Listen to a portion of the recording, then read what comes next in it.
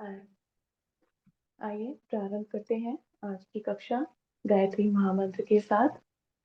कमर गर्दन सीधी, दोनों हाथ ध्यान मुद्रा में, आंखें आहिस्ता से बंद। सविता देवता का ध्यान करते हुए एक साथ गायत्री महामंत्र का उच्चारण गहरी लंबी श्वास प्रश्वास के साथ।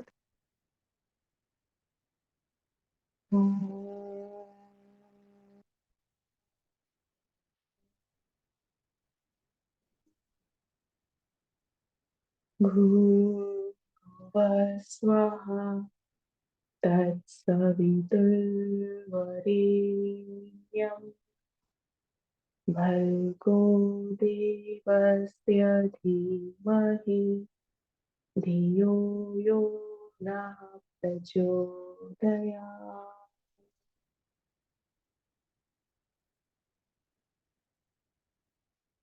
आहिस्ता से अपनी आंखें खोलते हुए आइए प्रारंभ करते हैं। आप सभी को मेरा प्रणाम। अम, परम पूज्य गुरुदेव परमनीय माता जी की सूक्ष्म उपस्थिति में बाबू जी को मेरा प्रणाम। अमन भैया आपको प्रणाम। सभी को जो भी यहाँ उपस्थित है कक्षा में उन सभी को मेरा प्रणाम। सबसे पहले दीपावली पर्व की हार्दिक शुभकामनाएं आप सभी को। जो आज का हमारा विषय है आसन, हम उस पे चर्चा कर रहे हैं आज। पंचकोश में जो गायत्री के जो क्रिया योग बताए हैं परम पूज्य गुरुदेव पंडित श्री राम शर्माचार्य जी ने, उसमें जो आसन, उपवास, तपश्चर्या और क्या था, आसन, उपवास, तपश्चर्या और तत्व शुद्धि, ये चार जो क्रिया योग में बताए हैं उन पे हम, उनमें जो आसन है उन पे आज हम चर्चा करेंगे। तो आज जानेंगे कि आसन हम जो बिगिनर्स हैं, जो प्रारंभ करते हैं, जैसे पंचकोश में जो अभी किसी ने नया ज्वाइन किया है, या फिर जो अभी अन्नमय कोश की शुद्धि के लिए जो सबसे पहले प्रारंभ करना है, उसमें जो आसन बताए हैं उन्हें हम किस तरीके से करें, उनके क्या लाभ होंगे और क्या करें या क्या ना करें, सावधानियां ध्यान में रखते हुए चर्चा कर रहे हैं हम। तो सबसे पहले अगर हम जाने आसन के बारे में, तो आसन, जो भी हम परिभाषाएं पढ़ते हैं आसन की, उसमें आता है कि स्थिर सुखम आसनम। अगर हम पतंजलि योग सूत्र की बात करें जिसमें अष्टांग योग है, आसन प्राणायाम प्रत्याहार धारणा ध्यान समाधि यम नियम, पूरा जो यम से लेके समाधि तक जो अष्टांग योग की बात की गई है, उसमें भी आसन जो है हमारी शुद्धि के लिए बताया गया है। बाकी इसके अलावा जितने भी हठ योगिक टेक्स्ट हैं उसमें भी जो आसनों की चर्चा की गई है, उसमें भी आसन का मतलब है आस्यते इति अनेन आसनम। स्थिरता, सुख पूर्वक स्थिरता के साथ बैठना आसन कहलाता है। अब सुख पूर्वक स्थिरता के साथ कैसे बैठा जाए, ये बात है। जो, क्योंकि जो भी आसन हम करते हैं, जो परम पूज्य गुरुदेव ने पंचकोश में जो बताए हैं, वांग्मय में जो आसन बताए हैं, प्रभावी आसन और महाप्रभावी आसन, वो जो आसन है उन्हें भी हम करने के लिए कैसे करें, मीन्स वो हमारी बॉडी, हमारा शरीर उस स्थिति में हो कि हम वो आसन लगा पाए। तो उसके लिए बताया गया है, अलग अलग हठ योगिक टेस्ट में अलग अलग तरीके से बताया गया है। तो जो सबसे पहले जैसे हम आसनों की बात करें कि आसन सुख पूर्वक स्थिरता के साथ बैठना, तो सुख पूर्वक हम तभी बैठ पाएंगे जब हमें किसी भी तरीके का हमारे शरीर में पेन नहीं है, अकड़न जकड़न, थकावट, या फिर कोई हमें प्रॉब्लम नहीं है, डिजीज नहीं है। हम तभी किसी भी स्थिति में सुख पूर्वक आ सकते हैं। तो जो सुख पूर्वक स्थिरता के साथ आना है, उसके लिए सबसे पहले जब हम हठ योगिक टेक्स्ट की बात करते हैं तो महर्षि घेरंड हुए हैं, या फिर शिव संहिता में, या फिर हट हट रत्नावली, हट प्रदीपिका, जितने भी हठ यौगिक टेस्ट हैं, तो उसमें आसनों को किसी ना किसी चीज के आगे या पीछे बताया गया है। जैसे घेरंड संहिता में बताया गया है कि सबसे पहले क्लींजिंग करनी होती है, जो षटकर्म की बात की गई है, षटकर्म करना होता है। षटकर्म करने से क्या होता है, षटकर्म में जो क्रियाएं आती हैं, जो हम नेति करते हैं, कुंजल क्रिया करते हैं, मेन ये दो हम ज्यादा, मतलब हमारे लिए, सबके लिए जो इजी है, हम सब करते हैं, जिसमें नेति और कुंजल क्रिया आती है। तो इनका महत्व बहुत बताया गया है वीरेंद्र संहिता में। बाकी षटकर्म जो है, नेति, नौली, त्राटक, कपालभाति, वस्ती, ये सारी चीजें जो षटकर्म में बताई गई हैं, इनमें से नेति, हम कोई भी 2 या 3 ऐसी क्लिनजिंग प्रोसेसेस ले लेते हैं जिन्हें हम लगातार करें, तो क्या होता है कि हमारी शारीरिक शुद्धि, जैसे कि फिजिकली हमारी जो एब्डोमेन वाला रीजन, डाइजेस्टिव सिस्टम हमारा अच्छा हो, हमारी मसल्स, डाइजेस्टिव सिस्टम की हमारी मसल्स स्मूथ हो, ताकि हम जो भी आसन करें उनमें हमें फ्लेक्सिबिलिटी आए, हमारी स्ट्रेंथिंग अच्छी हो, तो हम वो आसन कर पाएंगे। तो यहाँ अगर हम बात करें कि आसनों को बताया गया है, ऐसा बोला जाता है प्राचीन परंपरा के अनुसार कि भगवान शिव ने माता पार्वती को सबसे पहले इसकी शिक्षा दी थी। महर्षि गिरिंड, जो गिरिंड संहिता है उसमें महर्षि गिरिंड के अनुसार ये 84 लाख योनियां होती हैं, हमारी 84 लाख योनियों के 84 लाख आसनों का वर्णन किया गया है, जिसमें से हर योनि के अकॉर्डिंग, हर योनि में 84 लाख योनि के 84 लाख आसन हैं, जिसमें से हमने कुछ आसन ऐसे जो हम कर सकते हैं, हम सभी के लिए फिजिबल हैं, वो बताए गए हैं, जिसमें से उन्होंने 32 आसन का बताया है कि ये 32 आसन हैं, ये कर लेने से हम हमारी पूरी जो क्लींजिंग है, स्थिरता है, वो हमें प्राप्त हो जाती है। लेकिन हम यहाँ पे क्योंकि बात कर रहे हैं पंचकोश अपने ग्रुप में, जो हमारे परम पूज्य गुरुदेव ने महाप्रभावी और प्रभावी आसनों के बारे में बताया है, तो हम इन पे थोड़ी थोड़ी चर्चा करेंगे और ये देखेंगे कि आसन है, हम इनको कैसे लगाएं, इनको लगाने के लिए क्या कर सकते हैं, क्योंकि स्टार्टिंग जब हम करते हैं तब हम कोई भी आसन एक बार में पूरी पूर्णता के साथ नहीं कर सकते, उसमें पूर्णता लाने के लिए हमें छोटे छोटे स्टेप्स लेने होते हैं। तो जो हम बात करें प्रभावी आसन, उसमें जैसे बद्ध पद्मासन है, जो बहुत बहुत प्रभावशाली आसन है। बद्ध पद्मासन है, और सर्वांग आसन है, और उत्कट आसन है, और एक पाद हस्तासन है। ये 4 प्रभावी आसन है। तो ये जो प्रभावी आसन है, इनकी अपने सूक्ष्म इनके जो वैज्ञानिक इफेक्ट हैं और इनके शारीरिक इफेक्ट भी हैं। जैसे अगर हम बात करें कोई भी, सबसे पहले मैं ये बताना चाहूंगी कि ये प्रभावी आसन भी है, अगर हम इन्हें भी लगाते हैं तो इससे पहले हमें गतिशील आसन करने होंगे। गतिशील मीन्स हम उन्हें सूक्ष्म व्यायाम से भी स्टार्ट प्रारंभ कर सकते हैं। हमारे जो बॉडी मूवमेंट्स हैं पूरे सिर से लेके पैरों तक, उनका मूवमेंट होना पहले बहुत जरूरी है, उनको गति में लाना आवश्यक है। जब तक वो हमारी गति में नहीं आते, हम एकदम से प्रारंभ करेंगे कोई भी आसन, तो हम वो कर भी नहीं पाएंगे।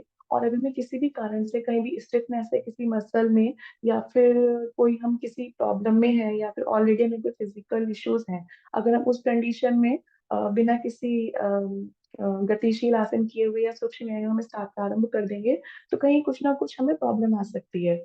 तो इसके लिए हमारी छोटी छोटी जो क्रियाएं हैं, छोटी छोटी टेक्निक है, हमें उन चीजों का ध्यान रखना होता है।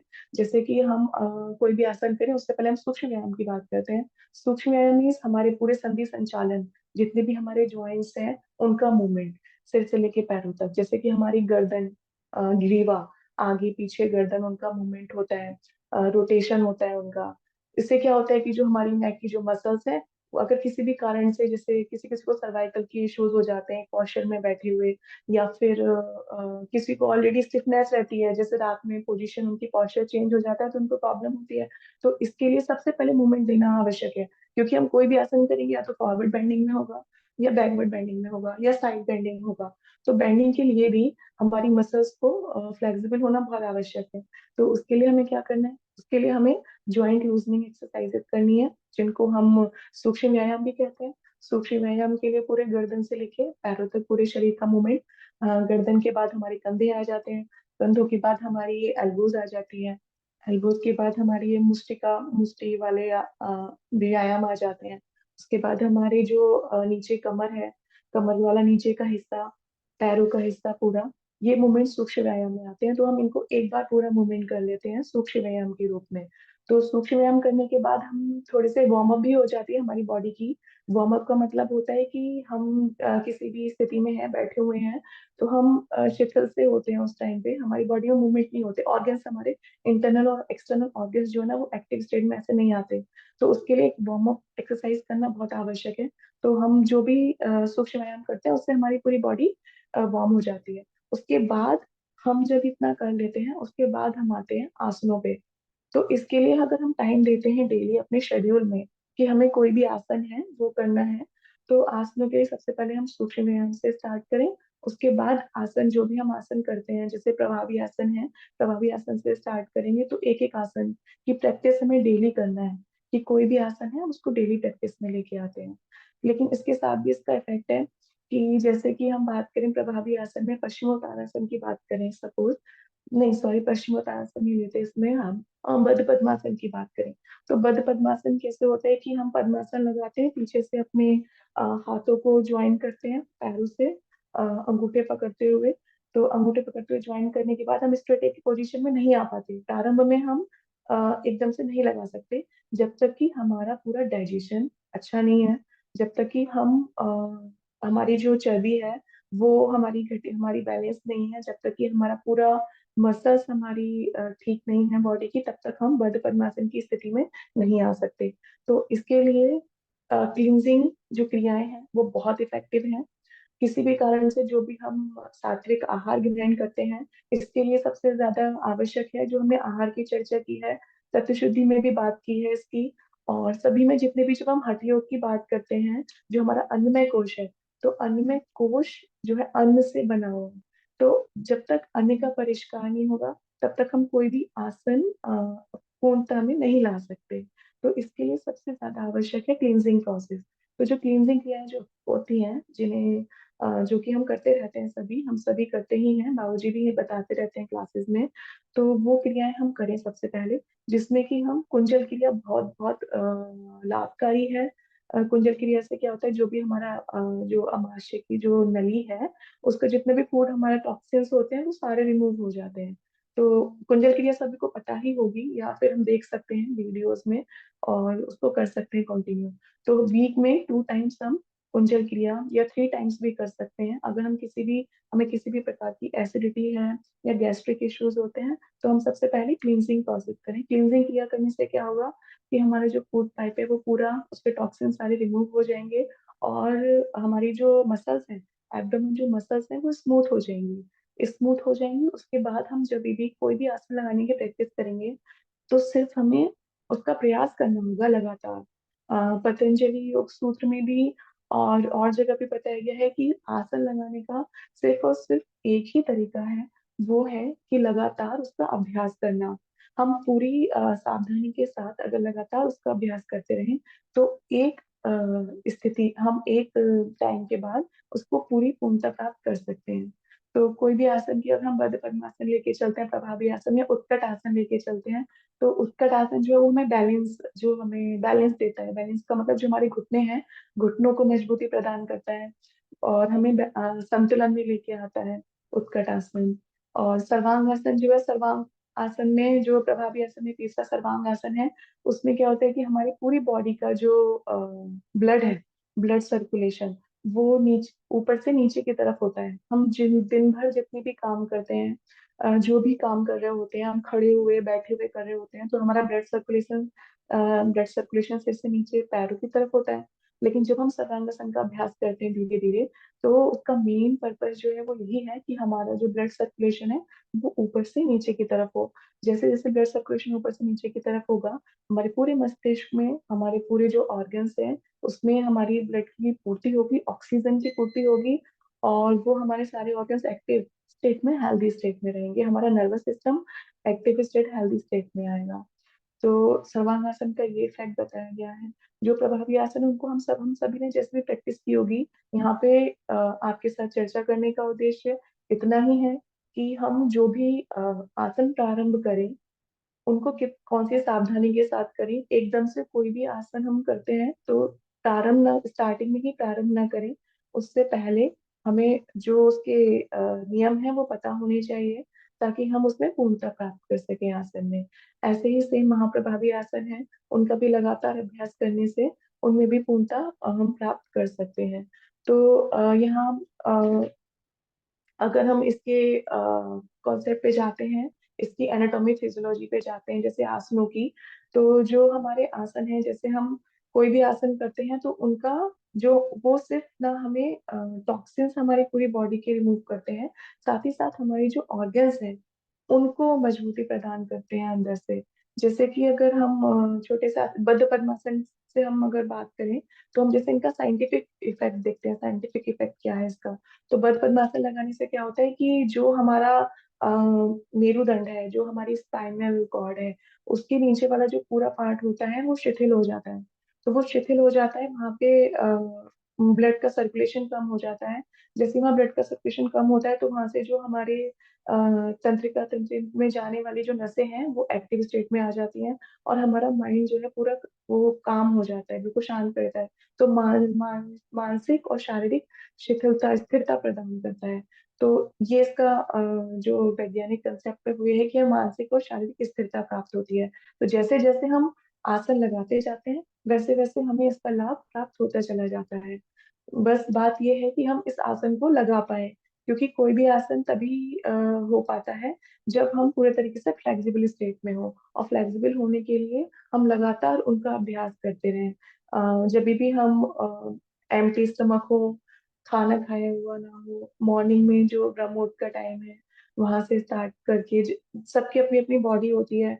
जो हम ऊषा पान करते हैं, ऊषा पान करें, अपने पेट को पूरा खाली करें, पेट पूरा हमारा खाली हो उसके बाद हम आसनों का अभ्यास करें। तो ऐसा करने से, आसनों का अभ्यास करने से हमारे अंदर वो हमारी पूरी बॉडी, हमारे हाथ पैर मसल्स पूरे फ्लेक्सिबल होंगे और हम आसन को लगा पाएंगे। तो यहाँ पे जो भैया, अमन भैया, क्या यहाँ पे थोड़ा आसनों के बारे में या फिर कुछ डेमोन्स्ट्रेशन भी करके दिखाना है क्या? जी कर जी दीदी, सकते हैं ऐसा तो। बिल्कुल बिल्कुल। अच्छा। क्योंकि जो सूक्ष्म व्यायाम है उनका, और ये जो ये आसन है हमारे, उनके बारे में थोड़ा करें। हाँ जी जी बिल्कुल दीदी, थोड़ा सा डेमोन्स्ट्रेशन से ये होगा कि सबको थोड़ा आइडिया लगेगा कि सही पोस्चर है क्या एक्चुअली। अच्छा, ठीक है। तो हम जैसे सूक्ष्म व्यायाम सभी लोग कर रहे हैं, सूक्ष्म व्यायाम की जो हम बात कर रहे हैं, तो सूक्ष्म व्यायाम में क्या होगा कि अ, सभी लोग एक कोई भी एक साफ स्वच्छ जगह पे, जहाँ थोड़ा ऑक्सीजन हमें अच्छा मिल सके, एक मैट लेते हुए बैठ जाएं आसानी से, और हमारे जो वस्त्र हो वो ऐसे हो जो कंफर्टेबल हो, जिन्हें हम इजीली मूवमेंट में हमें प्रॉब्लम ना हो, करने में कुछ भी हो सकते हैं। आराम से बैठने के बाद अपने पूरे शरीर को शांत रखें, कुछ कुछ समय के लिए शांत करें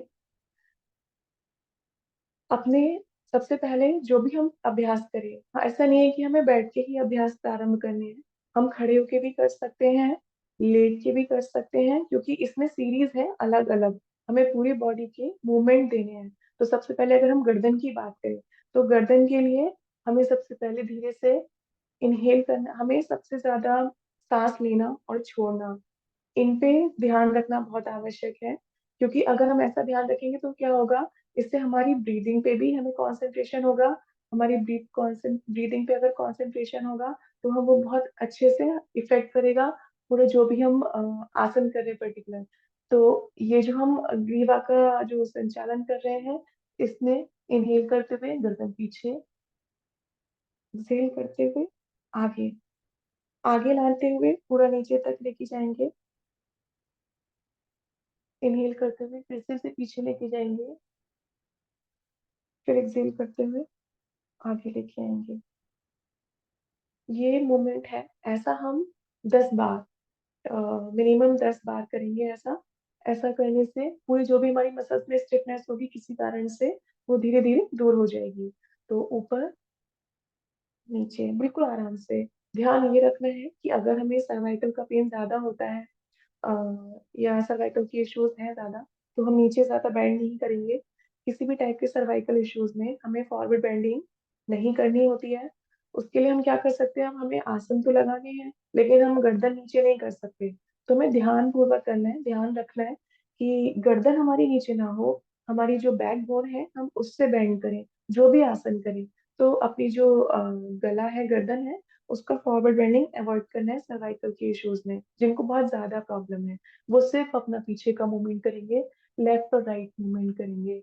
इसी में आगे के क्रम में लेफ्ट साइड, दाएं और बाएं, दाएं और बाएं मूवमेंट, दाएं इनहेल, एक्सहेल करते हुए सामने, फिर इनहेल करते हुए दूसरी तरफ, ऐसे मूवमेंट लगातार, जब हम लगातार किसी भी मूवमेंट में आते हैं तो हमारी सांसों की गति सामान्य होनी चाहिए, बिल्कुल सामान्य। इनहेल से ऐसा 10 बार मूवमेंट लेफ्ट राइट। उसके बाद हम रोटेशन पे आते हैं। रोटेशन, ये है हमारा रोटेशन। इसमें क्या होता है कि कंधे से पूरा टच करते हुए बाईं तरफ से दाईं तरफ और दाईं तरफ से बाईं तरफ, ऐसा मूवमेंट करना है हमें। इसको भी हमें बहुत आराम से, बिना किसी झटके के करना है। कोई भी तनाव नहीं आना चाहिए मसल्स पे। कभी होता है कि हम ऐसे मूवमेंट में फास्ट करने लग जाते हैं और मसल्स होती हैं स्टिफ होती हैं, तो वो और ज्यादा प्रॉब्लम कर देती हैं कभी कभी। तो उनको बहुत प्रारंभ में बहुत आराम से, धीरे से, जब हम एक प्रैक्टिस में आ जाते हैं उसके बाद अगर हम थोड़ा फास्ट भी करते हैं तो उसमें कोई प्रॉब्लम नहीं होती करने में, वो हमें किसी भी तरीके से क्षति नहीं पहुंचाता। लेकिन अगर हम एकदम से फास्ट करना स्टार्ट कर दें कोई भी क्रिया कोई भी आसन, तो कहीं ना कहीं हमें पेन हमारी मसल्स में हो सकता है। तो ये हमारा 10-10 बार का हम रखते हैं, 10-10 टाइम्स हर मूवमेंट को हम देंगे। तो नेक ये 3 मूवमेंट है, ये 3 मूवमेंट हम करते हैं जो सूक्ष्म व्यायाम में आती है। इसके बाद हमारे कंधों का आता है मूवमेंट। कंधे हमारे पूरे मूवमेंट दोनों हाथों से, इनको भी हम 10 बार करते हैं। ऐसे काउंट करते जाते हैं मनी मन, 1, 2,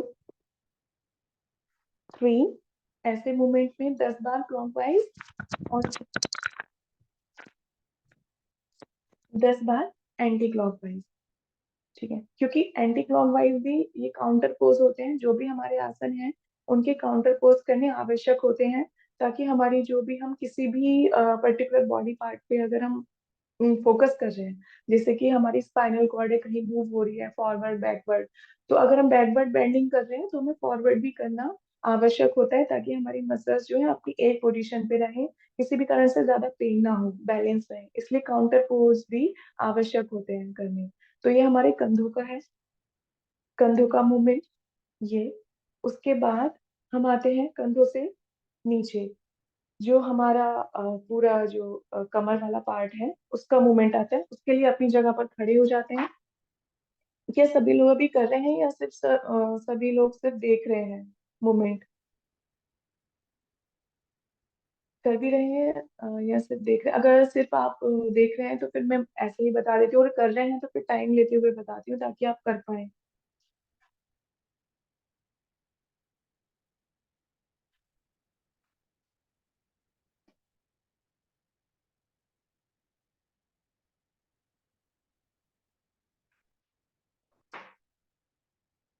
उसके बाद आता है हमारा, ओके ठीक है, तो हम अगर कर रहे हैं तो हम करते हुए बताते हैं। जैसे अब खड़े होने के बाद हमारा जो ये पार्ट है हम इसको मूव करेंगे, waist movement, left to right. Okay ठीक है, अगर आप लोग कर रहे हैं तो फिर मैं उसी के अकॉर्डिंग 10 टाइम्स टाइम लेते हुए बताऊंगी ताकि आप लोग इजीली कर पाए। मूव कीजिए पूरा waist, left to right, right to left. 1, 2, 3, 4, 5, 6, 7, 8, 9, 10। Anti clockwise, 1, 2। Same anti clockwise का मतलब अभी हमने दाईं तरफ घुमाया, अभी बाईं तरफ घुमाएंगे, लेफ्ट साइड फिर राइट साइड मूवमेंट लगातार 10 बार। 5, 6, 7, 8, 9, 10। ये हो गया। इसके बाद अपने नीज पे हम हाथ रखेंगे, दोनों घुटनों पे अपनी दोनों हाथ रखते हुए घुटनों का मूवमेंट, 1, 2।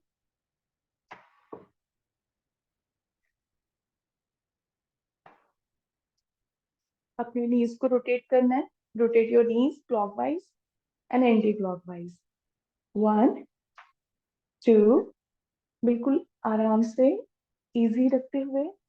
3, 4, श्वासों की गति, हमारी सांस जो है, हमारी ब्रीथ एकदम normal. 10 times clockwise, 10 times anti clockwise. 7, 8, 9, 10। इसके बाद अपने दोनों हाथ अपनी रिस्ट पे, पैर, हमारे पैरों की उंगलियां। एक मिनट,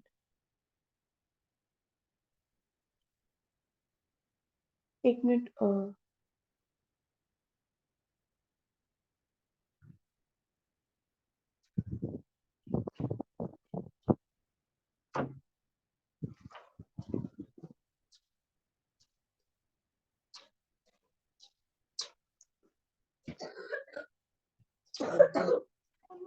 हम्म,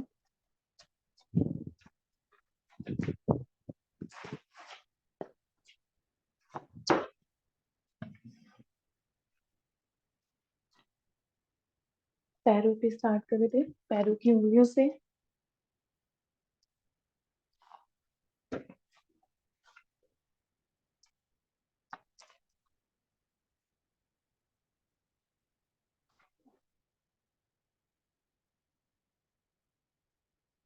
जो हमारे पैर हैं उनकी उंगलियां, सिर्फ उंगलियों को ऊपर नीचे, ऊपर नीचे, ऊपर नीचे। Inhale, exhale. इनहेल करते हुए ऊपर की तरफ, एक्सहेल करते हुए नीचे। Inhale, exhale, inhale, exhale. ऐसा 10 टाइम्स, फिंगर्स का मूवमेंट।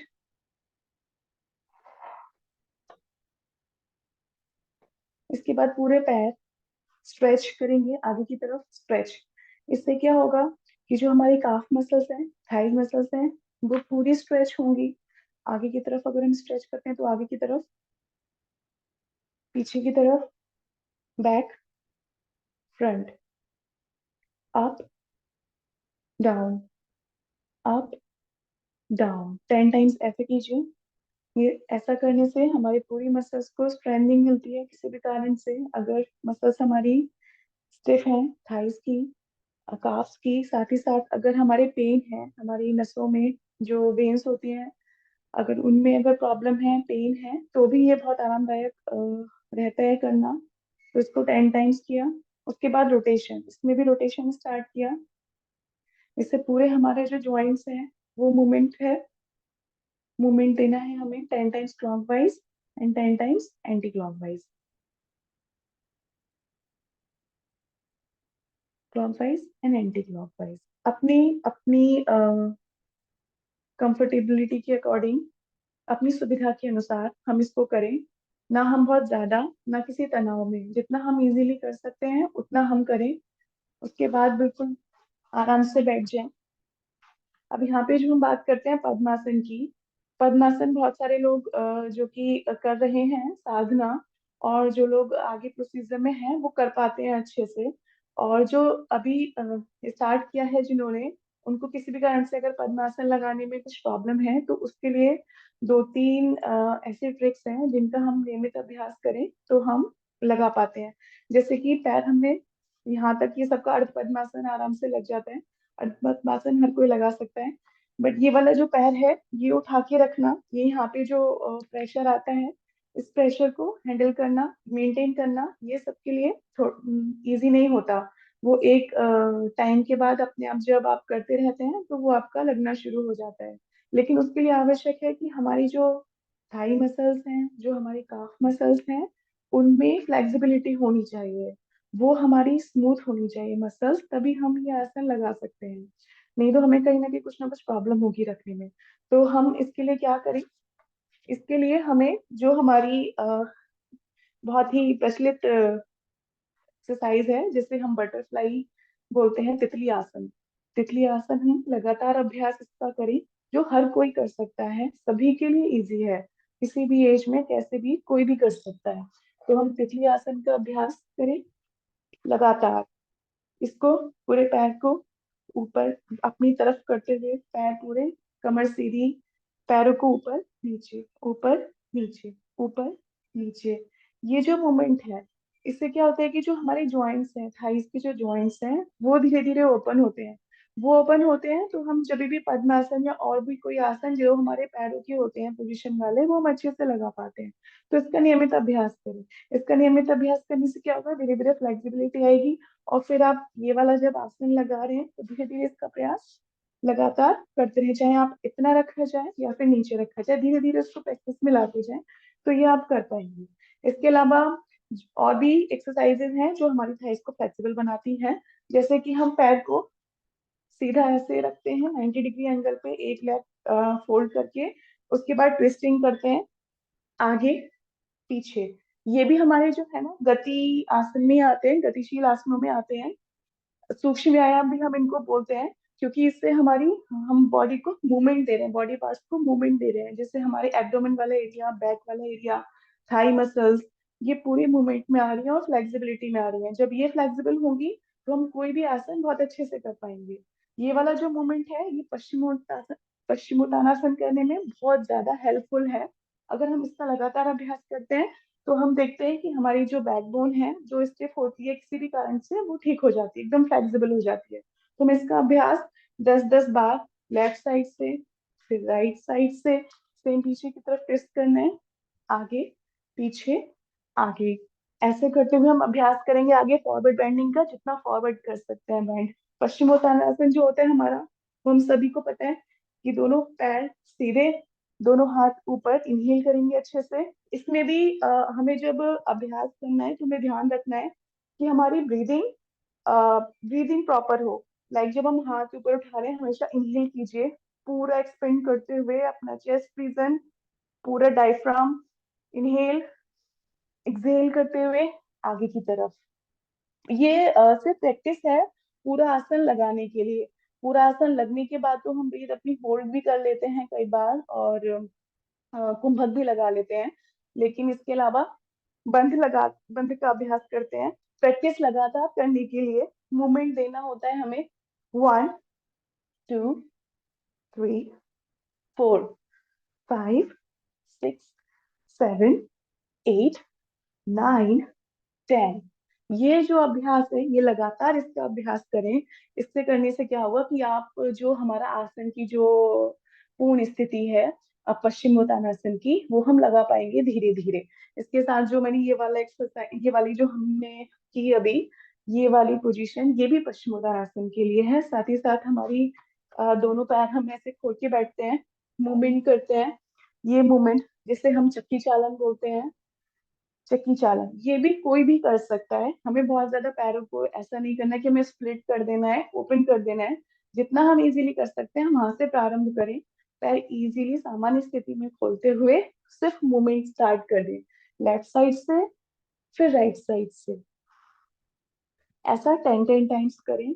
तो इससे हमारे ये जो आसन है जिन्हें हम सूक्ष्म व्यायाम के अंतर्गत रखते हैं, गतिशील आसनों के अंतर्गत रखते हैं, इनका पर्पस यही होता है कि हम गति से धीरे धीरे गतिशील आसनों से स्थिर आसन की तरफ आ पाए, आसनों की पूर्णता प्राप्त कर पाए। तो ये जो छोटे छोटे आसन है, अगर हम इनको डिटेल में चले जाते हैं तो बहुत सारे वेरिएशंस हैं। हम खड़े होके स्टैंडिंग पोजीशन में फॉरवर्ड बैकवर्ड बेंडिंग करते हैं। एक साथ खड़े हो जाएंगे। खड़े होने के बाद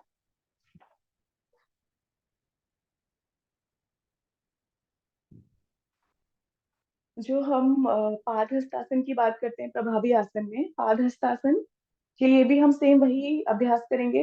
पाद हस्तासन एकदम लगाना इतना सबके लिए सिंपल नहीं है। है अच्छा सिंपल है, अगर हम लगातार प्रयास करेंगे तो हम बहुत अच्छे से लगा पाएंगे। इसके लिए क्या करना है, हमें इनहेल करना है, दोनों हाथ पीछे आगे, एक्सहेल, फिर इनहेल। कहीं आपको होल्ड नहीं करना है, लगातार गति में रहना है। Inhale, exhale, inhale, exhale.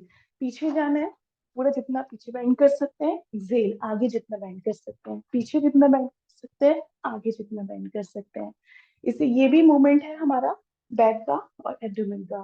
फिर फाइनल पोजीशन में जाके आप अपने दोनों हाथ, अपनी हथेलियां पूरी टच कराएंगे नीचे, पूरी टच करा के ये पाम्स हमारी बैक पे, अपनी फोrehead, नीज पे पूरा टच करा के रखना होता है। ये तो ये करने के लिए हमें सबसे पहले उसको मूवमेंट देना आवश्यक है। जब मूवमेंट देंगे तो वो आसन में भी हम पूर्णतः धीरे धीरे प्राप्त कर लेंगे। तो ये जो आसन है इनके लिए सबसे ज्यादा आवश्यक यही है कि हम सबसे पहले गति में रहें। गति में मतलब जो भी हमारे ज्वाइंट लूजनिंग आसन है, या फिर जो भी ऐसे आसन हैं, जो क्रियाएं हैं जो हमारी ब्रीथ को नॉर्मल करते हैं। ब्रीथ हमारी बहुत इंपॉर्टेंट है। कभी भी हमारी बहुत फास्ट ब्रीथ होती है तो हमें आसन एकदम से कंटिन्यू नहीं करना चाहिए। अपनी ब्रीथ हमारी धीरे धीरे ब्रीदिंग भी ठीक होनी शुरू हो जाती है जब हम आसनों से स्टार्ट करते हैं। शुरू में हमारी ब्रीथ बहुत फास्ट होती है। जैसे जैसे हम उसका अभ्यास करना प्रारंभ कर देते हैं वैसे वैसे वो स्थिरता, शारीरिक स्थिरता आती चली जाती है। शारीरिक स्थिरता आती है तो फिर मानसिक स्थिरता भी आती चली जाती है। तो इस क्रम में जो हमने प्रभावी और महाप्रभावी आसन से पहले हम क्या कर सकते हैं वो बात की, उस पर चर्चा की हमने। इसके बाद हमारा आता है कि जो हम क्लींजिंग प्रोसेस कर रहे थे, जो इनसे पहले जो हमने बात की, जैसे वमन या फिर नीति, या फिर बहुत सारे लोग कुंजल क्रिया भी करते हैं। कुंजल क्रिया वमन एक ही होता है। और इसके अलावा धोती तो शायद नहीं करते होंगे, लेकिन जो भी हम क्रियाएं करते हैं उनको आवश्यक मतलब वीकली उनको करते रहें, ताकि उससे हमारा शरीर जो है टॉक्सिन्स हमारे रिमूव होते रहें। हमारा आहार जो है ऐसा सात्विक हो कि हमें आसन करने में प्रॉब्लम ना हो। कोई भी ऐसा आहार जो हम स्थिरता, वो रिजिडनेस लेके आता है हमारे शरीर में, जो हमें बहुत जड़ता प्रदान करते हैं, ऐसे आहार हमें अवॉइड करनी चाहिए। जो हमारे हठ योगिक टेस्ट हैं और परम पूज्य गुरुदेव ने बताया है कि सात्विक आहार में बहुत सारे ऐसे आहार जो जैसे दूध से बने आहार, वो थोड़े टाइम के लिए हमें बंद कर देने होते हैं, क्योंकि वो पचाने में हानिकारक होते हैं, पचाने में बहुत टाइम लेते हैं। तो हमें उनको अवॉइड करते हुए बिल्कुल शाक सब्जी, हरी सब्जियों का सेवन, और बिल्कुल मट्ठा तर्क वो आप सब पढ़ेंगे। अगर जो भी आहार में जब हम जाएंगे तो उसमें हम पढ़ते हैं कि हमें ये वाला आहार इसके साथ लेना चाहिए। तो ऐसा आहार और हमारी क्लींजिंग प्रोसेस, और उसके बाद हम जब आसन लगाना शुरू करते हैं उसके साथ ही साथ चलते रहते हैं, तो हम जैसे जैसे प्रैक्टिस करते जाते हैं वैसे वैसे हमें स्थिरता प्राप्त होनी शुरू हो जाती है। और जो हमारी इसकी डेफिनेशन है कि स्थिर सुखम आसनम, जो सुख पूर्वक स्थिरता लेके आना है, वो यही है कि हम जैसे जैसे अभ्यास करते जाएंगे, पहले हमें प्रारंभ में बहुत ज्यादा परेशानियां आएंगी। हमें लगेगा कि हम शायद नहीं कर पाएंगे, कभी कभी ऐसा भी लगता है कि नहीं कर पाएंगे। लेकिन अगर लगातार साधु दीर्घ काल निरंतर सत्काराय सेवित, तो अगर हम लगातार धीरे धीरे किसी भी चीज को करते रहते हैं तो वो चीज हमारे लिए इजी हो जाती है, आसान हो जाती है। तो इन आसनों का अभ्यास भी हम अगर लगातार करेंगे तो हम बहुत अच्छे से कर पाएंगे, और हम सभी कर सकते हैं किसी भी एज ग्रुप में। किसी भी एज ग्रुप में कोई भी आसन में हम पूर्णता प्राप्त कर सकते हैं। सिर्फ और सिर्फ हमें निरंतर करने की आवश्यकता है, अपना पूरा निरंतरता रखे करने में और उस आसन में पूर्णता प्राप्त करें। तो जो ये हम आसन करते जाएंगे तो हमारी जो फिजिकल स्ट्रेंथ है वो हमारी डेवलप होगी। जितने हमारे ऑर्गन्स हैं, जैसे कि हमारा पूरा डाइजेस्टिव सिस्टम है, जितने भी हमारे सिस्टम है, नर्वस सिस्टम है, वो हमारे ऑटोमेटिकली उस स्टेज में आते चले जाते हैं। जब हम आगे के जितने भी हम प्राणायाम में जाते हैं, अलग कोष में जाते हैं, निम्न कोष के बाद, तो वो अपने आप ही ऑटोमेटिकली हम चलते चले जाते हैं, हमें उसका पता भी नहीं चल पाता, क्योंकि वो क्लींजिंग इंटरनल और एक्सटर्नल दोनों तरीके से होनी प्रारंभ हो जाती है। शारीरिक रूप से अगर हम बात करें तो हमारे ऑर्गन्स में जैसे लीवर है, और पैंक्रियाज है, और ये हमारी गॉल ब्लैडर है, ये सारे अपने को ऑटोमेटिकली, अगर किसी भी कारण से कोई भी प्रॉब्लम है तो ये आसनों के अभ्यास से, निरंतर आसनों के अभ्यास से वो ठीक हो जाते हैं, और हम रोग रहित हो जाते हैं। जैसे ही हमारे रोग दूर होते हैं, हमारे टॉक्सिन्स रिमूव होते हैं, हमारा शरीर एकदम लाइट और हल्का महसूस होने लगता है, हल्का हो जाता है, और हम फिर वो आसन भी पर्टिकुलर लगा पाते हैं और उसके लाभ ले पाते हैं।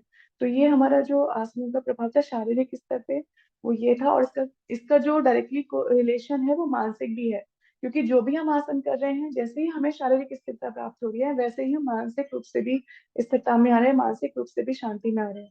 तो इनके पूरे पूरे जो आसन है जो परम पूज्य गुरुदेव ने बताए हैं, उन आसनों के शारीरिक, मानसिक, आध्यात्मिक सारे लाभ अलग अलग उन्होंने बताए हैं।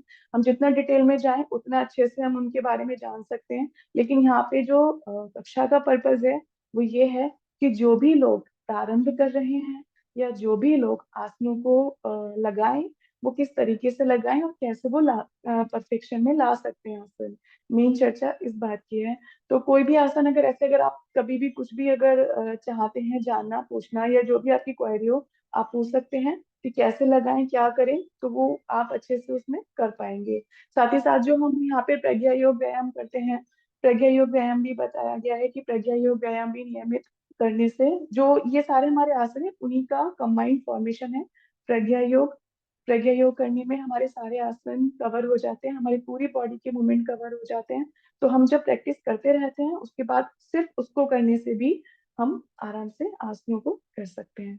तो आगे के क्रम में भैया बताइए कि क्या डेमोन्स्ट्रेशन करना चाहिए आगे, और डेमो करना चाहिए क्लास कक्षा का, या डिटेल में थियोटिकली रखें अभी थोड़ा। जी दीदी, तो इसमें थोड़ा जैसे आपने ये अभी संधि संचालन के बारे में बताया, जॉइंट मूवमेंट, तो हाँ। इसमें बहुत सारे नए आयाम मिले कि मतलब कैसे किसी व्यक्ति को प्रारंभ करना चाहिए, प्रारंभिक साधक को। तो अब इसमें थोड़ा थोड़ा डेमो, जैसे अपना मुख्य पैकेज है, इसमें प्रज्ञा योग है और चार प्रभावी, चार मनोप्रभावी आसन है। तो उसको मतलब थोड़ा थोड़ा अगर उस पे, अगर उस पर भी थोड़ा डेमो दिखा दिया जाए तो थोड़ा एक करेक्ट वे पता लगे कि हमें कैसे प्रारंभ करना चाहिए, कैसे करना चाहिए अभ्यास। अच्छा अच्छा। ओके, हाँ, क्वेरी भी है। इसमें लिखा भी है कि डेमो इफ पॉसिबल। ठीक है। तो इसमें हम जो ये महाप्रभावी, प्रभावी और प्रज्ञा योग है इन्हीं का करें ना, या फिर कोई एक्सटर्नल भी ले सकते हैं, लाइक कुछ और। तो हाँ, तो अपनी सुविधा के अनुसार तो ये पैकेज तो एक एक कॉमन पैकेज है कि जो हमें सबको फॉलो करना ही करना है। सबको तो फॉलो करना है, इजी, हाँ। वो, हाँ ठीक है। वो तो मतलब अनिवार्य रूप से आप बता ही दें, उसमें गाइडेंस दे दें। फिर इसके बाद आपको लगता हो कुछ एडिशनल भी, कुछ और महत्वपूर्ण हो सकता है, तो अपने हिसाब से उसको बता दीजिए दीदी। ठीक है, ठीक है। ठीक है। जी। तो सब लोग, क्योंकि कुछ लोग कर भी रहे हैं ना, योगाभ्यास कर भी रहे हैं, तो क्या होता है कि जब कर रहे होते हैं तो एक सीरीज में ही रहता है, तो लगता है कि वो अच्छे से हो ही जाए। और अगर हाँ हम थियोटिकल पार्ट में जा रहे हैं तो वो उतने अच्छे से फिर डेमो नहीं हो पाएगा। मतलब एक चीज या तो डेमोन्स्ट्रेशन कर सकते हैं या फिर थियोटिकल में जा सकते हैं। हाँ, तो तो अभी डेमो। डेमो की कंटिन्यू किया जाए दीदी, तो ये ठीक रहेगा। अच्छा, व्हाट इज कुंजल क्रिया? मैं आपको बताऊंगी अभी। जरा थोड़ा सा हम और आसन कर लेते हैं, उसके बाद हम इस पे जो भी जिसके भी क्वेश्चंस होंगे ना उसके बारे में फिर डिस्कस करेंगे।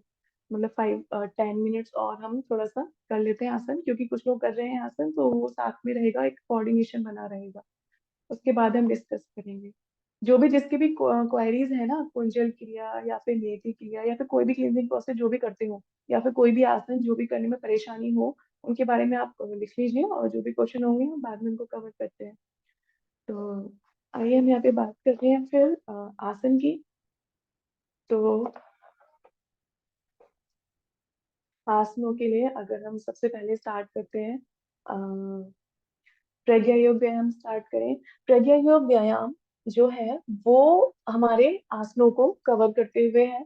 जैसे कि कुछ आसन जो हमने फॉरवर्ड बेंडिंग किया, बैकवर्ड बेंडिंग किया, शशांक आसन आ जाता है, भुजंग आसन आ जाता है। तो वो सारे कंबाइंड फॉर्मेशन है प्रज्ञा योग का। प्रज्ञा योग बनाया ही इसलिए था, परम पूज्य गुरुदेव ने बताया ही इसीलिए था कि हम कोई भी किसी भी एज में इजी कर सकते हैं। इसके अलावा जो हम आजकल देखते हैं सूर्य नमस्कार, सूर्य नमस्कार भी बहुत प्रभावी कंबाइंड फॉर्मेशन है आसनों की, जिसमें 12 स्टेप्स हैं। सेम इसमें भी 16 स्टेप्स, 18 स्टेप्स हैं। सेम उसमें 12 स्टेप्स हैं। लेकिन सूर्य नमस्कार होता है, उसको करने के लिए थोड़े प्रिकॉशंस हैं कि हर किसी को एकदम से कैसे मूवमेंट में आना है ये ध्यान रखना आवश्यक है। तो हम लोग प्रारंभ करते हैं एक बार। तो तो यह, क्योंकि प्रज्ञा योग व्यायाम तो मुझे लगता है सभी लोग कर ही रहे होंगे, और हमने कक्षा में भी देखा होगा कि प्रज्ञा योग का क्या क्रम रहता है करने का। तो हम एक बार सूर्य नमस्कार पे ध्यान देते हैं। सूर्य नमस्कार की मैं इसलिए बता रही हूँ टेक्निक्स, क्योंकि सूर्य नमस्कार क्या होता है कि हम सभी ने सुना है और है भी वो इफेक्टिव, लेकिन क्या कैसे करें और हमारी जो पोजीशन है वो कैसी हो, हम एक बार उस पर ध्यान दे लेते हैं। ठीक है। तो सूर्य नमस्कार के लिए सभी लोग खड़े हो जाए अपनी जगह पे। थोड़ा सा एंगल हो सकता है, उतना प्रॉपर नहीं आ रहा होगा आप लोगों को, लेकिन कोशिश है कि पूरा शो हो जाए।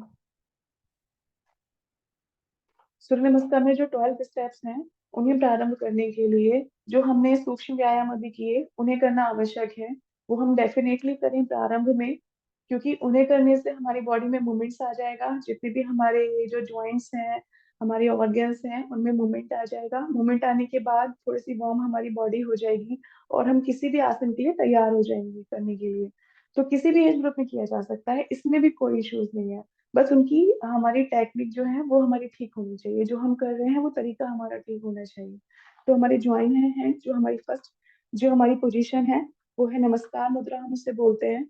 नमस्कार मुद्रा, ज्वाइन योर हैंड्स। उसके बाद सूर्य मंत्र से स्टार्ट करते हैं एक साथ। ओम सूर्याय नमः। दोनों हाथ ऊपर उठाते हुए धीरे से, जो हमने अभी किया था बैकवर्ड बेंडिंग, पीछे दोनों हाथ ले जाएंगे। इसमें हमें बहुत ज्यादा मूवमेंट नहीं देना है प्रारंभ में, सिर्फ हमें स्लाइट मूवमेंट देना है बैक। उसके बाद एक्सेल करेंगे, नीचे आएंगे, पश्चिमोत्तानासन। नीचे ऐसे दोनों हथेलियां जमीन पे बिल्कुल लगाते हुए। इसके बाद हमारा फोर्थ पोस्चर है जिसे हम अश्व संचालन बोलते हैं। एक पैर आगे, क्या दिखाई दे रहा है सबको? जी, थोड़ा सा और दूर कर सकते हैं, हाँ दीदी आपसे। अभी हम थर्ड पोस्चर पे थे। ये है हमारा इन एक्सेल। जितनी भी हम आगे की तरफ एक्सरसाइज, जितने भी आगे की तरफ आसन करेंगे उन सभी में हम एक्सेल करेंगे। जितने हम पीछे की तरफ करेंगे उसमें अपनी श्वास इनहेल, सांस लेंगे, ठीक है, आगे की तरफ सांस छोड़ेंगे, पीछे की तरफ सांस लेंगे। इसके बाद फोर्थ, पैर को पीछे ले जाएंगे, आगे, ये वाला पैर बिल्कुल आसानी से इजी रखते हुए आगे, दूसरा पैर सीधा सामने, और अपना जो पॉस्चर है बॉडी का वो सामने रखेंगे, बिल्कुल सामने। फेस हमारा बिल्कुल सामान्य, तनाव रहित, किसी भी प्रकार का तनाव हमें नहीं लेना है। अगर तनाव की स्थिति में है तो हम उसी टाइम रुक जाएंगे, लूज रखेंगे, फिर से स्टार्ट कर देंगे करना। फिर हमारा आता है दंडासन। दंडासन में हम सामने रहते हैं, दोनों हाथों पे हमारा वेट आता है। अगर किसी भी कारण से हमारे रिस्ट में पेन है तो हम पोजीशन को कम कर सकते हैं, छोड़ सकते हैं, अवॉइड कर सकते हैं, लेकिन सभी कर सकते हैं। फिर नेक्स्ट हमारा पूरी बॉडी रिलैक्स रखने के लिए अपने बटक्स को, नितंब को ऊपर उठा के रखना है, पोजीशन सामने देखना है, अपनी चिन अपना मैट पे रखना है। फिर आते हैं हमारा नेक्स्ट भुजंगासन। भुजंगासन के लिए पैरों को पूरा सीधा सामने देखते हुए, अब क्योंकि ये हमारी बैकवर्ड बेंडिंग है तो इसमें हमें इनहेल करना है और पीछे ट्विस्ट करना है। इनहेल, आराम से। इसमें भी जो भुजंगासन है इसमें भी हमें ये ध्यान रखना है कि एकदम से हमें परफेक्शन में नहीं आना कि हम पूरा टच कराने हैं। सिर्फ हम धीरे से उठे, नीचे, ऊपर, मूवमेंट, डाउन, अप, एक पोजीशन में आते हुए थोड़ी देर के लिए रुके, जितनी देर आप रुक सकते हैं, अगर रुक सकते हैं तो रुके, 5 बार 10 बार होल्ड भी कर सकते हैं। इसके बाद फिर पर्वतासन, जिसे माउंटेन पोज बोलते हैं। दोनों हाथ स्ट्रेच करते हुए पूरा स्ट्रेच करेंगे पर्वतासन में, पूरी बॉडी स्ट्रेच, पूरी जो हमारे पैर है, पैरों की मसल्स, हाथों की मसल्स पूरी स्ट्रेच होती हुई। इसके बाद फिर से अश्व संचालन वाली स्थिति में एक पैर आगे लेके आएंगे, दूसरा पैर दूसरी स्थिति में आगे।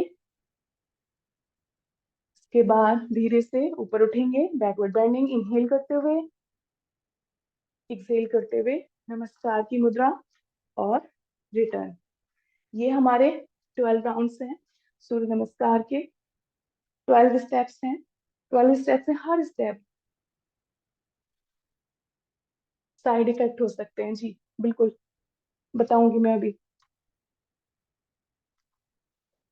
हर जो भी हम आसन करते हैं ना, उसके साइड इफेक्ट हो सकते हैं, डेफिनेटली हो सकते हैं, लेकिन उनको ही हम अगर सही तरीके से करते हैं तो हम उसके साइड इफेक्ट से बच जाते हैं। जैसे कि सूर्य नमस्कार हम मोस्टली इसलिए अवॉइड कर देते हैं क्योंकि कभी भी हम कैसे भी किसी भी पोजीशन में करना प्रारंभ कर देते हैं, और अगर किसी कारण से हमें कोई प्रॉब्लम ऑटोमेटिकली है, या फिर हमारी मसल्स में स्टिफनेस है, सपोज मसल्स में स्टिफनेस है और हमने एकदम से करना प्रारंभ कर दिया, तो वो पेन जो होता है वो और इंक्रीज हो जाता है। तो ये हमारे साइड इफेक्ट होते हैं करने के। लेकिन हम उसकी जगह अगर हम ध्यान में रखते हैं कि ऑलरेडी हमने पहले जो मैंने सूक्ष्म व्यायाम बताया है कि सूक्ष्म व्यायाम से प्रारंभ करते हैं, तो जब हम सूक्ष्म व्यायाम से प्रारंभ करेंगे तभी हम ये अपने आप ही जान जाते हैं कि हमारी बॉडी सक्षम है आगे करने के लिए या नहीं है। अगर आप सूक्ष्म व्यायाम कर रहे हैं, कोई भी क्रिया कर रहे हैं, और अगर आप सूक्ष्म व्यायाम भी नहीं कर पा रहे हैं, तो आप उस टाइम पे मत कीजिए सूर्य नमस्कार या कोई भी ऐसा आसन जो हम प्रभावी और महाप्रभावी आसनों की बात कर रहे हैं। तो कोई भी आसन ऐसा एकदम से ना करें जिसमें हमारा शरीर मतलब बॉडी जो है हमारी पेन में है और हम उस कंडीशन में कभी भी ना करें। तो उसको पहले नॉन न्यूट्रलाइज करना जरूरी है, उसको नॉर्मल करना बहुत जरूरी है। तो उसके लिए सूक्ष्म व्यायाम बेस्ट है, उनको गति में लेके आइए। और अगर वो भी नहीं आते हैं तो उसके लिए और भी तरीके हैं जो हमने कहते शुद्धि में पढ़े थे, जैसे कि मसाज, अपनी बॉडी को मसाज देना टाइमली, आहार पे ध्यान देना, जो भी आहार में चीजें हम कर सकते हैं, इंटेक कर सकते हैं, न्यूट्रिशंस ले सकते हैं जिससे कि हमारी स्ट्रेंथनिंग बढ़े, तो वो हम इंक्लूड करें। हमें इन चीजों का, बहुत छोटी छोटी चीजों का बहुत ध्यान रखना है। जो भी हम आसन करते हैं उनके लिए भी हमें स्ट्रेंथनिंग चाहिए, क्योंकि हम जो भी कर रहे हैं उसमें हमारी शारीरिक कैपेसिटी, मानसिक कैपेसिटी लग रही है, हमारी पूरी बॉडी में नरिशमेंट है प्रॉपर। अगर हमारे मिनरल्स और विटामिन अगर अच्छे हमारी पूरी बॉडी में है, बन रहे हैं, तो हम बहुत इजीली कर पाते हैं। और इसकी जगह अगर कहीं कुछ कमी है या फिर हम ऑलरेडी वीक हैं, मसल्स हमारी ऑलरेडी स्ट्रेंथिंग पोजीशन में नहीं है, तो हमें उसे करने में उतना ही टाइम लग जाता है। हो जाता है सबका, लेकिन टाइम लगता है होने में। तो हमें सारी चीजें जो हमारे चार जो क्रिया योग परम पूज्य गुरुदेव ने बताए हैं, जिसमें हमें सबसे पहले आसन, उपवास और तत्वशुद्धि और तपश्चर्या। तो तपश्चर्या तो हम बाद में आता है, वो हम अपनी अलग उसको रख देते हैं, लेकिन जो स्टार्टिंग की जो है हमारे आसन और उपवास और तत्व शुद्धि, इसमें सारी चीजें एक दूसरे के साथ को रिलेटेड है कि हम आसन भी कर रहे हैं, आसन करते हुए हमें क्या खाना है क्या नहीं खाना हम ये भी ध्यान रख रहे हैं। हमारी जो क्रियाएं हैं, क्लींजिंग जो हम बात कर रहे हैं उन पे भी ध्यान रख रहे हैं। साथ में हमें क्या न्यूट्रिशन लेने या नहीं लेने, इन चीजों पे बहुत ध्यान रखना है। हमारा आसपास का वातावरण, जितने 5 एलिमेंट्स की हमने अभी जो बात की है या हम करते आ रहे हैं, उन सभी से हमें यही मिल रहा है कि कहाँ हम कैसे अपनी बॉडी को नरिशमेंट दें कि हम आसनों में भी परफेक्शन ला सकें और उससे आगे भी बढ़ सकें। आसनों के बाद प्राणायाम, प्रत्याहार, धारणा, ध्यान, इस वाली स्टेज में जो हम आएंगे तो धीरे धीरे स्टेप बाय स्टेप हम उनको फॉलो करते चले। तो अ, ये सूर्य नमस्कार के और स्टेप्स क्या क्लियर हो गए थे, या फिर कोई और करना, इसको दोबारा करना है सूर्य नमस्कार, या फिर ठीक है ये ठीक हुआ है? जी दीदी, तो अभी तो ये ठीक हुआ है। तो नेक्स्ट अगर कुछ डेमो अगर हम उसमें प्रज्ञा योग वगैरह में उसमें दे सकते हैं तो उसमें भी थोड़ा सा डायरेक्शन मिले। जी बिल्कुल, ठीक है। जी जी। तो जी हाँ, तो हम एक बार प्रज्ञा योग व्यायाम कर लेते हैं। एक बार प्रज्ञा योग के आसन प्रारंभ करेंगे।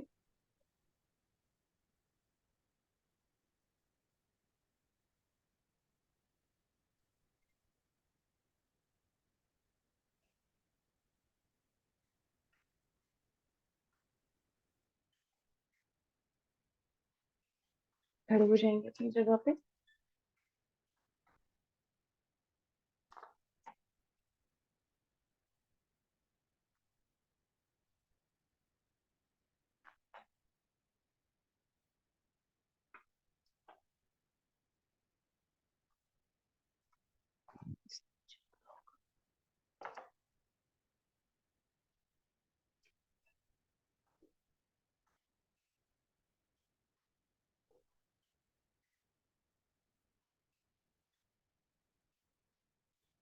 सबसे पहले अपने दोनों हाथ ऊपर उठाएंगे, इनहेल करेंगे अच्छे से।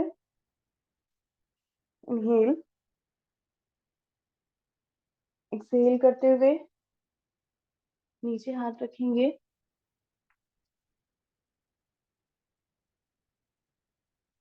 जो भी हम बैकवर्ड फॉरवर्ड बेंडिंग की जितने भी हम आसन करेंगे, उसमें सभी में हमें लगातार यही ध्यान रखना है कि सांस लेना है और सांस छोड़ना है। जितने भी फॉरवर्ड बेंडिंग वाले जितने भी आसन हैं, उसमें हमें सांस छोड़ना है। इनकेस ऐसा होता है कि हमें ध्यान नहीं जा पाता, तो हम नॉर्मल अपनी सांसों की गति बिल्कुल सामान्य भी रख सकते हैं। इसके बाद वज्रासन में, वज्रासन की स्थिति में आएंगे। वज्रासन ये बहुत लाभकारी आसन कहा जाता है। इसके बहुत अच्छे लाभ हैं। जैसे कि हम जब भी खाना खाते हैं, स्पेसिफिकली अगर हम डिनर की बात करें, हम जब भी शाम का भोजन करते हैं, उसके बाद या फिर किसी भी टाइम पे हम जो भी भोजन करते हैं उसके बाद इसमें बैठना बहुत लाभकारी होता है। इससे हमारा डाइजेशन इंप्रूव होता है, हमारा जो फूड है वो अच्छा डाइजेस्ट होता है। पूरा प्रेशर हमारा, जो हमारी ये थाइज है, ये काफ मसल्स हैं, काफ मसल्स हमारी बहुत स्ट्रेंथनिंग मिलती है काफ मसल्स को। लगातार इसका अभ्यास करने से जो वेन्स की जो इश्यूज होते हैं उनमें भी बहुत फायदा होता है करने से। एक जो प्रॉब्लम है वेरिकोज वेन्स वाली, उस पर मैं भी थोड़ी देर में डिस्कस करूंगी कि उसके लिए जो आसन है वो बहुत लाभकारी है। जो माताएं बहनें हैं वो कर सकती हैं, उनके लिए कुछ स्पेसिफिक आसन है। अगर वो लगातार उनका अभ्यास करते हैं तो वो काफी फायदेमंद हो सकता है। इसके बाद इन्हें दोनों हाथ ऊपर, एक्सहेल करते हुए शशांक आसन में फॉरहेड नीचे लगाना है, सांस छोड़ते हुए। इसमें क्या करना है कि पेट हमारा पूरा दब रहा है। शशांक आसन करने में क्या होता है कि हमारा पूरा पेट दबता है। पूरा पेट दबता है तो पेट हमारा खाली होना बहुत आवश्यक है। अगर हमारा पेट किसी भी कारण से हैवीनेस है हमारे पेट में, तो हमारे पेट पर दबाव पड़ेगा। तो हम इस बात का ध्यान रखें कि अपना पेट हमेशा हल्का रखें। फोरहेड नीचे डाउन। इसके बाद आगे के क्रम में आते हुए भुजंगासन। भुजंगासन के लिए दोनों पैर सीधे ऊपर उठते हुए,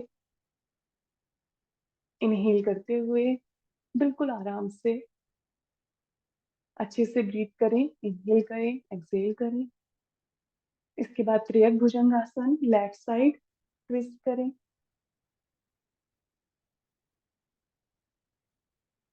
फिर राइट साइड ट्विस्ट करें सामने की तरफ। इसके बाद फिर से शशांक आसन में।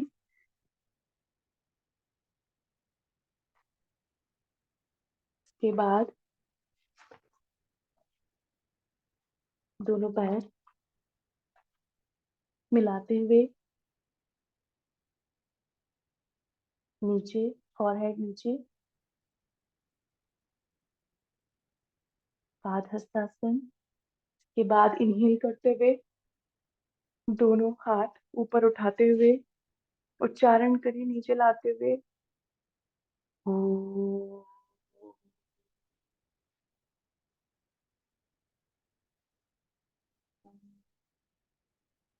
पूरी एनर्जी के साथ रिलैक्स।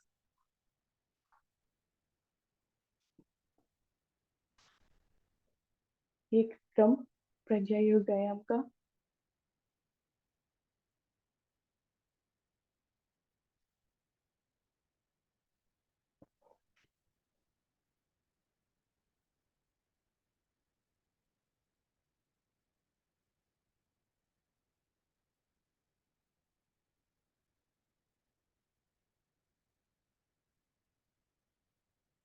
इसके बाद जो हम बात कर रहे हैं, जिसमें हमारा पश्चिमोत्तानासन था महाप्रभावी आसन में, और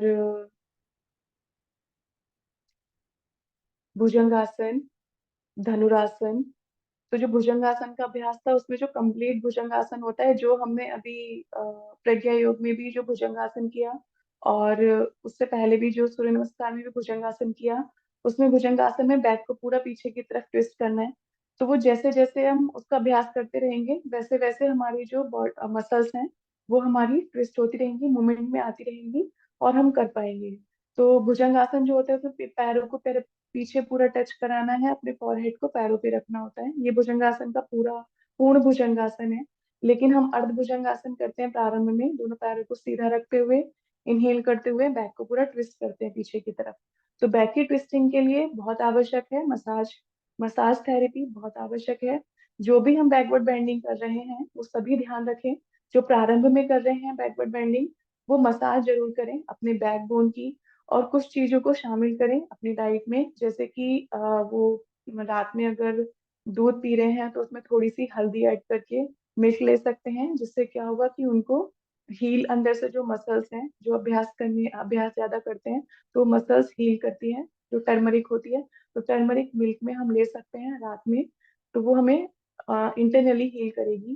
साथ ही मसाज, ये दो चीजें अगर हम करते रहें, करते हुए अगर हम आसनों का अभ्यास करें, तो हम वो जो कंप्लीट जो उनकी स्थिति है उसमें आ पाएंगे।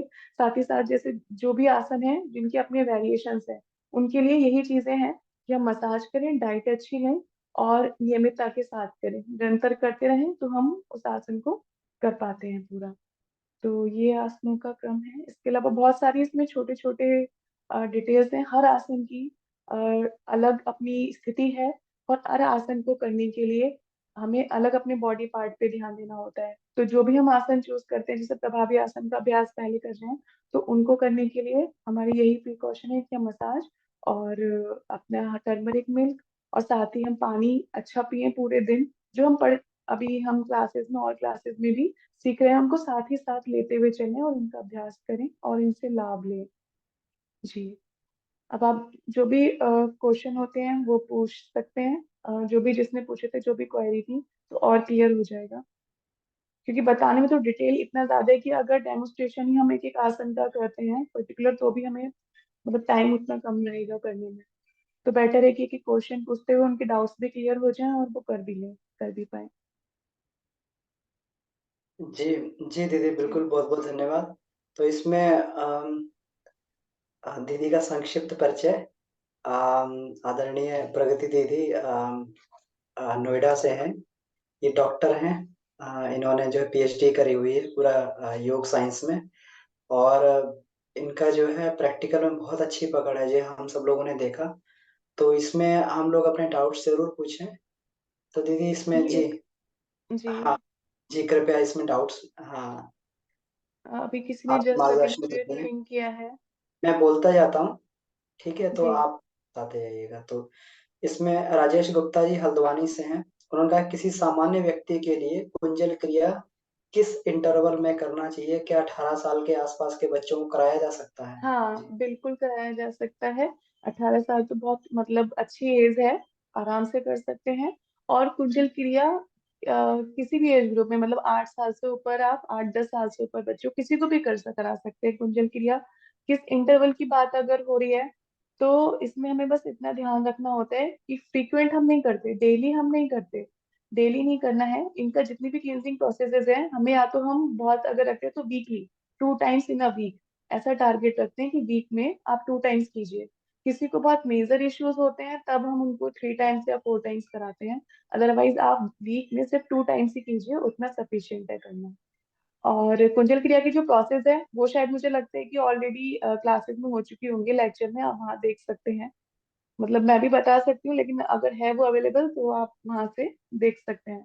करना कुछ नहीं है, उसमें सिर्फ पानी होता है, वो थोड़ा सा सॉल्टी होना चाहिए, आप उसको पीते जाइए। पीने के बाद आपको दो ये फिंगर हैं हमारी, फर्स्ट जो फिंगर्स हैं, उनको अपने इपिग्लोटस तक थोड़ा सा ऊपर ले जाते हुए टच कराना है अपना, बस अब जो हमारा तालू होता है उसे टच कराइए, आपका पानी बाहर आना प्रारंभ हो जाएगा। तो उससे क्या हो, जो पानी बाहर आएगा उसके साथ साथ आपका जो पित्त होगा एक्स्ट्रा, जो एक्स्ट्रा कफ होगा वो बाहर आएगा। तो वो बाहर आएगा तो आपको बहुत हल्का फील होगा। जितने भी गैस्ट्रिक इश्यूज है या किसी को एसिडिटी की प्रॉब्लम होती है, उसमें बहुत बहुत लाभकारी है। वैसे भी क्लींजिंग में बहुत इफेक्टिव है। तो आप 2 टाइम्स इन वीक, मतलब 2 बार वीक में कर सकते हैं कुंजल क्रिया। जी दीदी, बहुत-बहुत धन्यवाद। बाबूजी भी हमारे साथ में हैं, तो कोई क्वेरीज़ होंगी तो बाबूजी से भी हाँ निवेदन है जी। कि अपना मार्गदर्शन इसमें जो है बाबूजी हमें देते जाएँगे। जी, जी, जी। जी, बाबूजी प्रणाम प्रणाम। बाबूजी। चरण स्पर्श। जी, आपका म्यूट है बाबूजी अभी।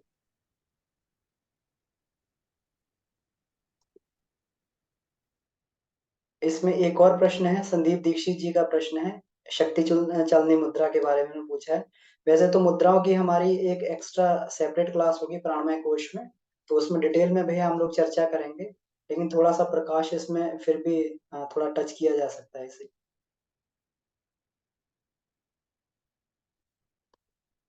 जी ये पूछ रहे हैं शक्ति चांदनी मुद्रा के बारे में कुछ बताएं, संदीप दीक्षित जी हैं। जी बाबू जी। ये अनम्यूट नहीं हो पा रहा बाबू जी आपका भी। ओके ओके ओके, इसमें अभी हुआ। एक मिनट में देखता हूँ जरा। अब देखिए बाबू जी, आ रहा है कुछ नोटिफिकेशन आ रहा है आपके पास में।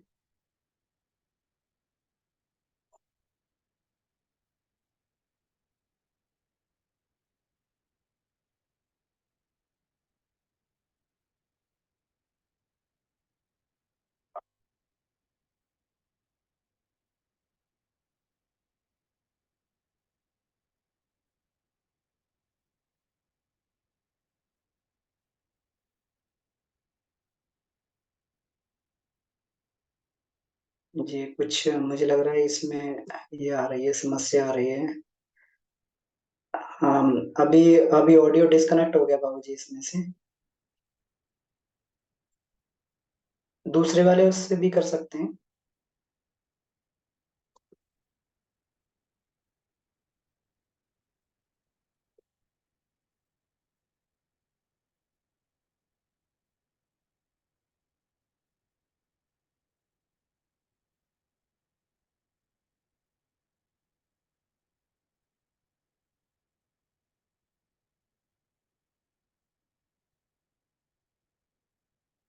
जी बाबू जी, एक और इसमें लैपटॉप आपका चल रहा है, इसमें ये दिखा रहा है होस्ट में, तो इसमें भी जो है ये किया जा सकता है।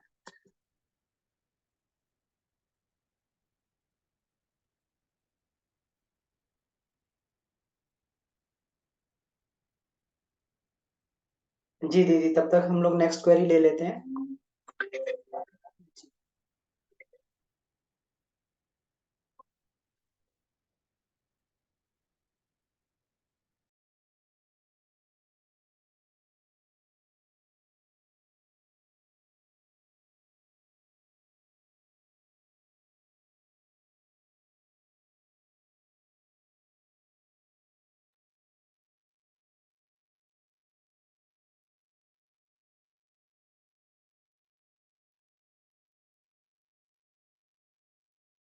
सूर्य नमस्कार का क्वेश्चन था, डायरेक्ट प्रज्ञा योग से स्टार्ट कर सकते हैं।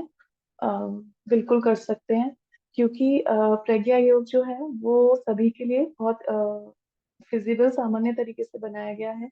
इसे कोई भी किसी भी एज ग्रुप में कर सकता है। और ध्यान इसी बात का रखिए कि बहुत ज्यादा फास्ट ना करें, बहुत ज्यादा लगातार ना करें। हम जब प्रारंभ करें तो हम उसी तरीके से करें कि अपनी श्वासों की गति पर ध्यान रखें, कि मतलब आराम से इनहेल करें, एक्सहेल करें, बैठें उठें प्रॉपर। जब हम एक या दो बार कर लें प्रज्ञा योग का पूरा सीरीज, पूरी एक या दो बार, तब हम हमारी जो पूरी मसल्स है ना वो उस फॉर्म में आ जाएंगी, फिर हम लगातार उसका अभ्यास कर सकते हैं। फिर नेक्स्ट टर्न में हम चाहे उसको लगातार फास्ट भी कर सकते हैं अधिक इफेक्ट के लिए। लेकिन प्रारंभ जो करें वो बहुत आराम से इजी रखते हुए करें, बिना किसी तनाव के कर सकते हैं। क्योंकि डेली में हमारे पास टाइम हाँ भी मतलब शॉर्ट हो जाता है, तो इसलिए प्रज्ञा योग आराम से किया जा सकता है। जी, उसमें कुछ आप ईयरफोन लगा लीजिए या कुछ, या दूसरे लैपटॉप से कर लीजिए बाबू जी।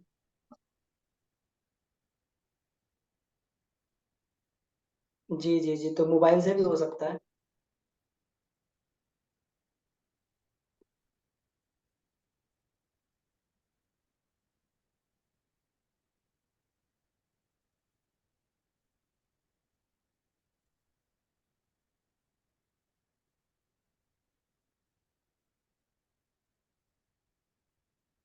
जी,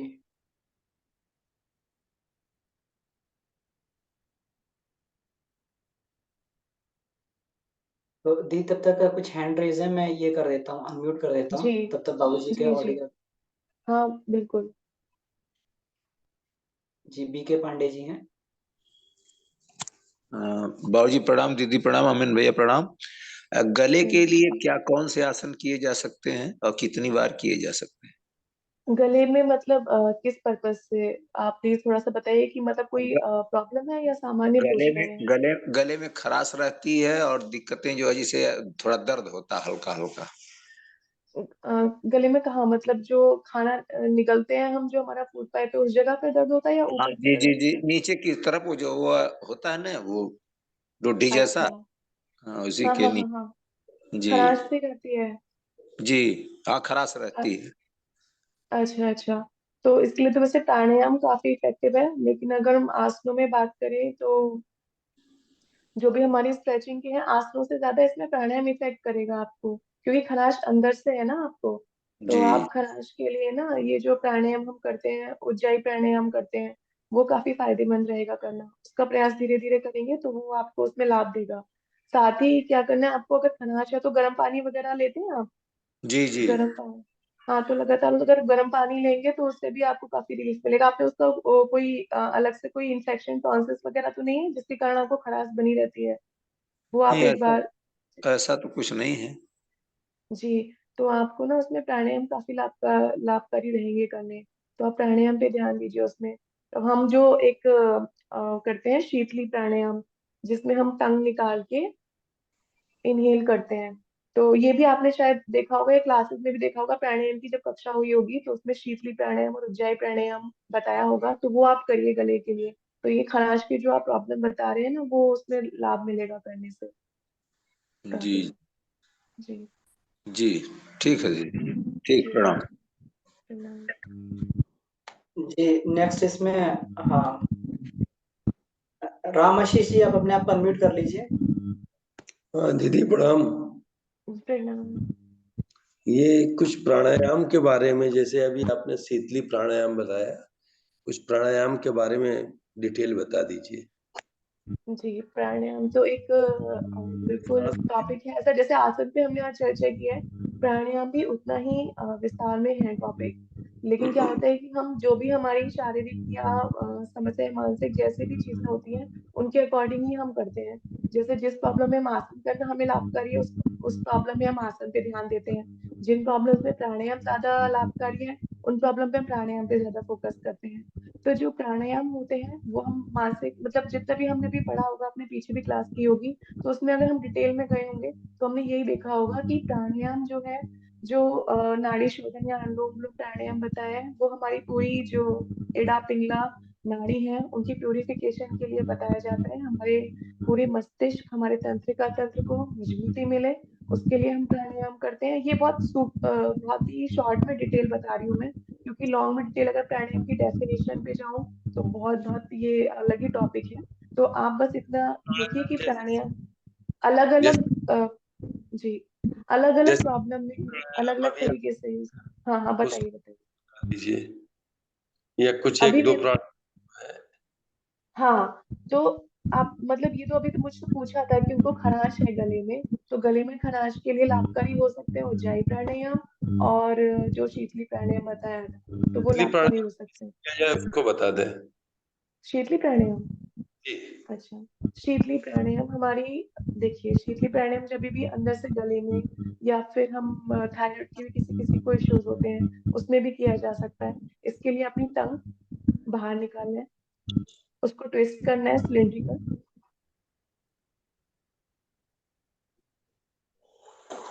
गले तक अंदर गटकना है उसको। गटकने के बाद जालंधर बंद का अभ्यास करना है, अगर कर सकते हैं तो जालंधर बंद का अभ्यास करना है। अपने थ्रोट को चिन से लगाना है, चिन्ह हमारा ये, इसको टच कराना है। जितनी देर तक हम अपनी सांस को रोक सकते हैं रोक के रखेंगे। फिर जब हमें सांस हमारी ब्रेक हो जाती है, बाहर निकलती है, तो धीरे से ऊपर उठते हुए नॉर्मल फिर से सांस लेंगे। पूरी ठंडक जो है हमारी, जो हम देखेंगे कि जब हम सांस लेंगे ना टंग से अपनी जीभ से, तो पूरी ठंडी जो हवा जाएगी वो पूरी हमारी थायराइड से अंदर। जालंधर बंद का अभ्यास, कुंभक लगा के रखेंगे, और फिर सामने जब तक हमारी सांस चलती है चलती रहेगी, जब हम ब्रेक हो जाएगी तो वापस। ये लगातार इसका अभ्यास करेंगे। इसका अभ्यास 10 से 15 बार तक हम कर सकते हैं, तो इंस्टेंट लाभ मिलेगा। अब किसी किसी को होता है कि एसिडिटी इतनी ज्यादा हो जाती है कि उनकी पूरी जलन हो जाती है नली में, तो उसमें भी बहुत लाभकारी है शीतली प्राणायाम, कभी भी किया जा सकता है, शीतली और जी। शीतकाली दोनों। जी। मानसिक के लिए कौन सा प्राणायाम अच्छा रहेगा? किसके लिए? मानसिक। मानसिक के लिए तो पहले इसमें की जी आप जी भाई कक्षा साहब, कीजिए तो हम आपको लोग ना काफी प्राणायाम डिटेल। पे सेपरेट इसकी पूरी डिटेल चर्चा होगी, और पूरा इस पे भी हमारी क्लास है कि मानसिक कौन से रोग के लिए कौन सा प्राणायाम करना चाहिए। तो हाँ, इसलिए हम लोग जो है प्राणायाम पे डिटेल में हम लोग चर्चा करेंगे। एक ही क्वेश्चन पूछा है, थायराइड के लिए कौन से आसन करें। तो थायराइड के लिए भी मैंने बताया ही था जब उन्होंने खराश की जब बात की थी। तो थायराइड के लिए भी सेम आसन है, उज्जयी प्राणायाम बहुत लाभकारी है थायराइड के लिए। आसनों की क्योंकि हम बात कर रहे हैं तो आसन में थायराइड के लिए उष्ट्रासन, उष्ट्रासन, धनुरासन, जितने भी आसन जिसमें कि हमारी थायराइड ग्रंथि जो है उस पे हमारा स्ट्रेच हो रहा है, स्ट्रेचिंग आ रही है, वो सारे लाभकारी हैं। जैसे कि हम अभी मैं हमने किया भी था धनुरास, जो भुजंगासन किया था, भुजंगासन, धनुरासन और उष्ट्रासन। उष्ट्रासन बहुत लाभकारी है थायराइड ग्लैंड के लिए, ग्रंथि के लिए। जी। जी।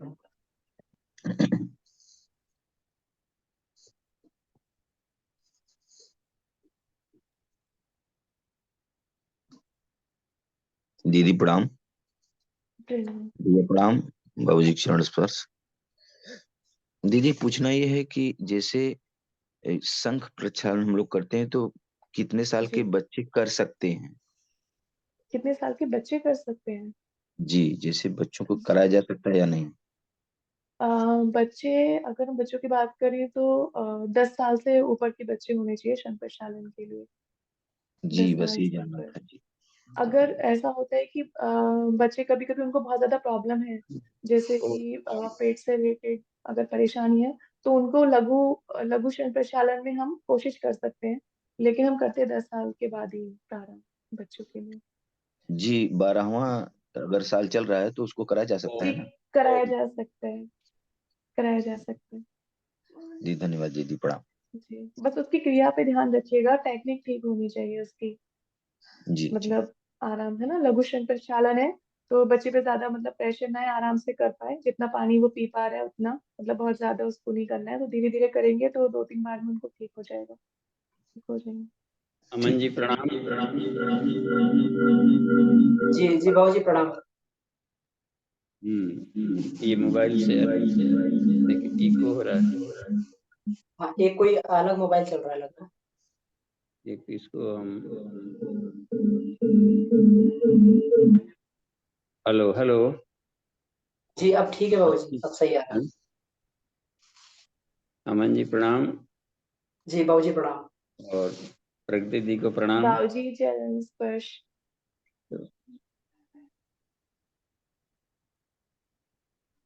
देखिए उसमें ऑडियो आपकी आवाज नहीं सुनाई पड़ रही थी, इसमें इसमें कहाँ बंद कर देते हैं, अपना साउंड वॉल्यूम कम कर देते हैं।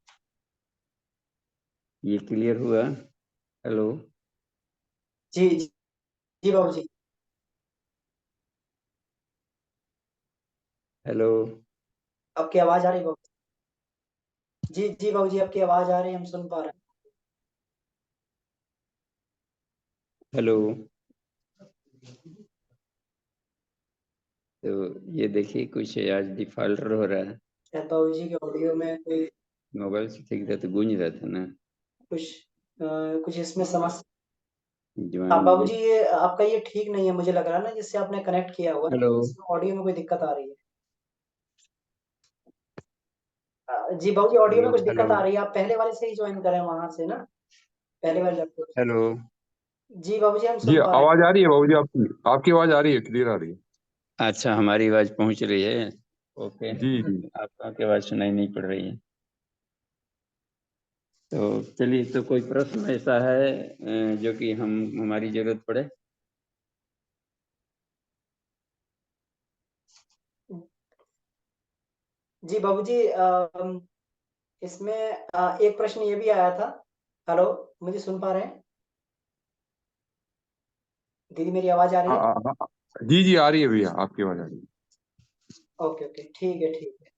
हाँ। शक्ति चांदनी मुद्रा के बारे में पूछा था इन्होंने, संदीप दीक्षित जी ने।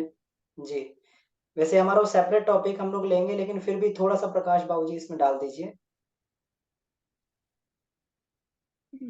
ओके। तो ये देखिए इसका भी हम ऑडियो चालू कर देते हैं। एक ऑडियो जाएगा और इसका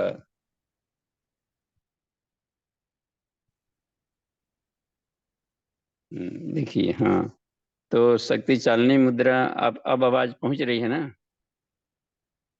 जी पहुंच रही बाबूजी। हाँ ठीक है, आपकी आवाज हम मोबाइल के माध्यम से आ रही है। तो शक्ति चालनी मुद्रा में क्या जानना है? बस प्रोसेस पूछना चाहते हैं। ओ शक्ति देखिए चालनी मुद्रा क्या हाँ है? देखिए, हाँ शक्ति चालनी मुद्रा आपको मिलेगा, इसकी जानकारी योग कुंडलिनी उपनिषद में। योग कुंडली उपनिषद है साधना खंड में, तो उसमें इसको शक्ति चालनी की जानकारी दिया है कि जब कुंडलिनी जागरण करना हो तो इसकी जरूरत पड़ती है, शक्ति चालनी मुद्रा की। इसका मुख्य उद्देश्य होता है कुंडलिनी को जगाना। मूलबंध में केवल आपका मूलाधार रीजन का काम करता है इसमें, और इसमें शक्ति को चला चला कर इसे हर चक्रों को जगाए, एक्टिवेट किए।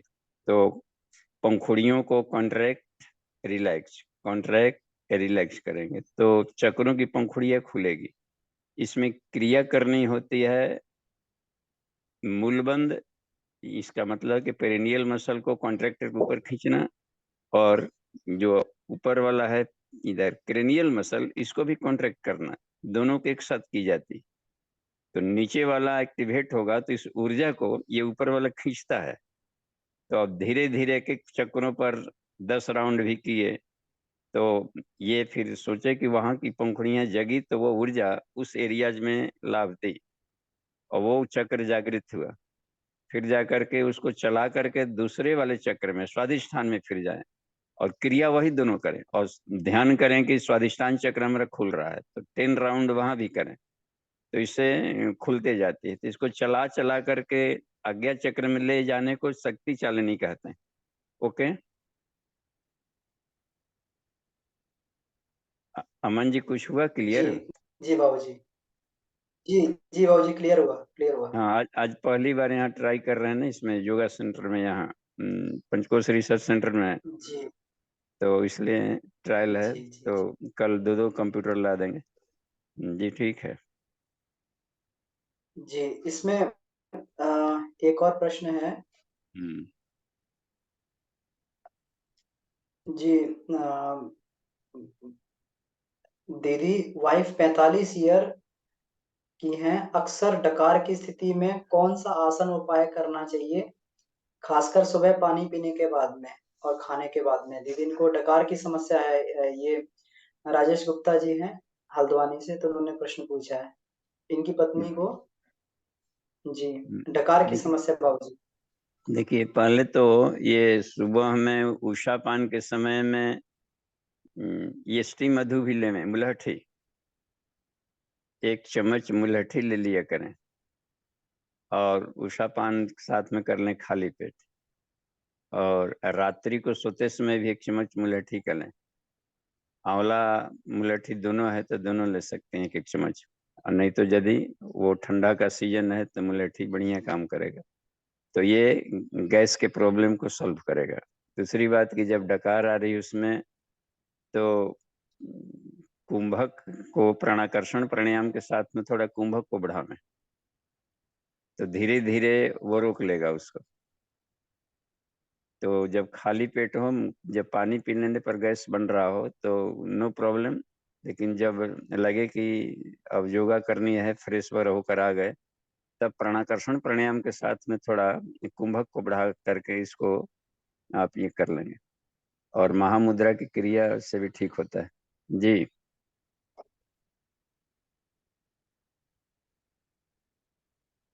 जी बाबूजी। हाँ, और किन्हीं का कोई प्रश्न हो तो इसमें अपना पूछ सकते हैं, हैंड रेज कर सकते हैं।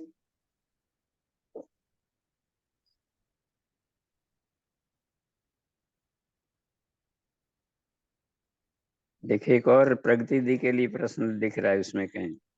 मेरी बेटी 17 इयर्स की है, हो गया इनका उत्तर? जी जी हाँ, एक बार ये प्रश्न भी ले सकते हैं। हाँ, ये भी है। दी प्रणाम, मेरी बेटी 17 इयर्स की है, उसे हमेशा जुकाम हो जाता है, उसे कौन सा प्राणायाम करना चाहिए? तो प्रगति दी को स्क्रीन पर लाइए। जी प्रगति दी। जी, तो इसका मैंने रिप्लाई किया था वैसे उनको, क्योंकि जब भी बात चल रही थी कि उसमें जैसे जुकाम अब किसी को हो जाता है जल्दी, तो उनके लिए भस्त्रिका प्राणायाम बहुत लाभकारी है। उन्हें भस्त्रिका का अभ्यास करें तो उससे क्या होगा कि जो नॉस्ट्रल्स है ना, जो कफ किसी कारण से हो जाता है वो निकल जाएगा, तो उनकी नोज एकदम क्लीन हो जाएगी। भस्त्रिका के बाद वो अनुलोम विलोम या प्राणाकर्षण प्राणायाम का अभ्यास कर सकते हैं, तो उससे उनकी इम्यूनिटी इंक्रीज होगी। भस्त्रिका की जो टेक्निक है वो पता ही होगी। इसमें इनहेल और एक्सेल फोर्सफुली करना है। इनहेल करना है पूरा, एक्सेल, ये प्रोसीजर है। इसको फोर्सफुली इनहेल एक्सेल करें तो इससे उनको तुरंत लाभ मिलेगा जुकाम में। बच्चों को बहुत फायदेमंद है क्योंकि इन्फेक्शन के कारण या फिर सर्दी के कारण उनको हो ही जाता है जुकाम, तो वो अगर भस्त्रिका करें साथ में अनुलोम विलोम कर सकते हैं इजीली बच्चे, तो वो उसका अभ्यास करें तो वो तुरंत उनको लाभ मिलेगा। एक और उसमें मेडिसिनल ऐड जोड़े, हर्बल, तो वो भी आंवला और ये आंवला नहीं, गिलोय, गिलोय लें और मुलट्ठी लें। तो गिलोय से हाँ, होगा क्या कि उनका ये थायराइड प्रॉब्लम भी ठीक होगा, वो इम्यून सिस्टम बढ़ेगा, तो रोग से इम्यून लड़ने की सिस्टम। ताकत बढ़ेगी उनकी, तो इम्यूनिटी बढ़ा देगा गिलोय। और मुलट्ठी कफों को निकालता है, तो सर्दी जुकाम कुछ दिन में बिल्कुल ठीक हो जाएंगे। इसमें एक और भी आप चाहें तो प्राणायाम जोड़ सकते हैं, सूर्य भेदन। उसका काम ही होता है साइनस को हटाना। तो राइट नॉस्ट्रिल से ब्रीदिंग किया जाए और कुंडलिनी तक ले जाए, और उसको फिर कुंभक करके हीटेड किया जाए, और बॉडी को बंद लगाकर महाबंद, जब हीटेड हो जाए और लगे तब ब्रीद आउट करें लेफ्टी से, तो पूरे होल बॉडी को ये वार्म अप करेगा। तो ये शरीर में, अच्छा भोजन में भी थोड़ा परहेज कर लेंगे कि कफ पैदा करने वाले भोजन से परहेज रखें, जाड़ा सीजन में खास करके। और अदरक वगैरह का सेवन भी बढ़ा दें, जिसमें होता है थोड़ा गर्मी है, तुलसी काढ़ा अदरक लिए कर। तो हमें वैसे ही भोजन को चुनना चाहिए जो कि कफ को निकालता हो, तो धीरे धीरे साइनस की बीमारी हमेशा के लिए भाग जाएगी, और जुकाम वगैरह का मतलब लड़ने की ताकत बढ़ेगी। और वैसे साल में एक बार यदि जुकाम हो जाए तो इससे उम्र भी बढ़ता है, तो एक बार दो बार से नो प्रॉब्लम, अधिक बार हो रहा है तब दिक्कत। क्योंकि शरीर के जो वायरस होते हैं ना, ये उड़ते रहते हैं इन्फ्लुएंजा के, तो वो नाड़ियों में वही जा सकते हैं। इतने सूक्ष्म ईश्वर ने बनाया है शिव जी ने कि जा करके क्लीनिंग कर दो। तो हम लोग तो अन्न वन्न खाते रहते हैं, तो कफ से ब्लॉकेज रहता है, तो वायरस ही केवल हटा सकता है। इसलिए वो वरदान भी है। तुरंत हुआ सर्दी तो तुरंत दवाई नहीं खा लेना चाहिए, वो 2-2.5 दिन से अधिक जब रुक रहा है तभी हम ये करें, उसके काढ़ा वगैरह से लेकर हटाने की कोशिश करें, थोड़ा हटाया नहीं जाता है, ब्लड के इम्यूनिटी बढ़ा दी जाती है। और साल में एक बार तो नीम के छाल का काढ़ा ले दिया जाए। देखो, ठीक है, धन्यवाद।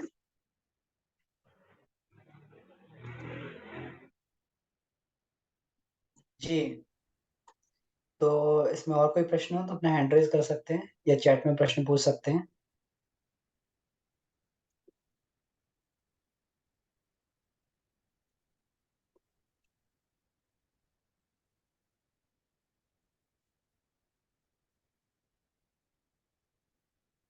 जी बाबू जी, तो भी कोई हाँ, तो इसमें टाइम प्रश्न? हो गया है, ठीक है। अब इसके बाद वो करें, इस कंप्यूटर सिस्टम को ठीक करा लेंगे अब। ठीक है, जी ओके, जी जी बाबू जी। जी, क्लास तो को ओवर करें। हाँ दी, तो आप शांति पाठ कर दीजिए एक बार, तो क्लास को ही समापन किया जा सकता है। जी, आइए शांति पाठ। उम्मीद है हम सभी जो भी हमने कक्षा की उसमें कहीं भी कुछ भी आसनों के बारे में हम जो किया है आज, उनको दैनिक अपने रूटीन में लेके आएंगे, अभ्यास में लेके आएंगे और उनका लाभ प्राप्त करेंगे। हम सभी कहीं भी कोई भी प्रश्न होता है तो आप पूछ सकते हैं, जान सकते हैं और उनका लाभ ले सकते हैं। इसी के साथ शांति पाठ प्रारंभ। एक साथ कमर गर्दन सीधी, पद्मासन, अर्ध पद्मासन या सुखासन किसी में भी बैठ जाएं। दोनों हाथ ज्ञान मुद्रा में या ध्यान मुद्रा में। ज्ञान मुद्रा हमारी ये ध्यान मुद्रा, दोनों हथेलियां एक दूसरे के साथ गोद में, शांति पाठ।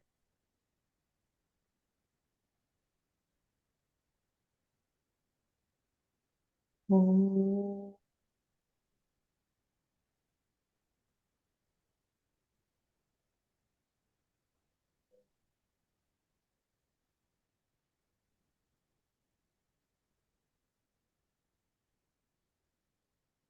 शांति ही, शांति ही, शांति ही।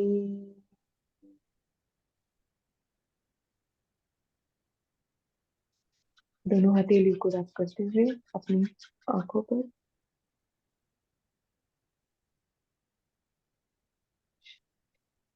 धीरे से अपनी आंखें रोशनी में लाते हुए। धन्यवाद। जी दी, बहुत बहुत धन्यवाद आपका।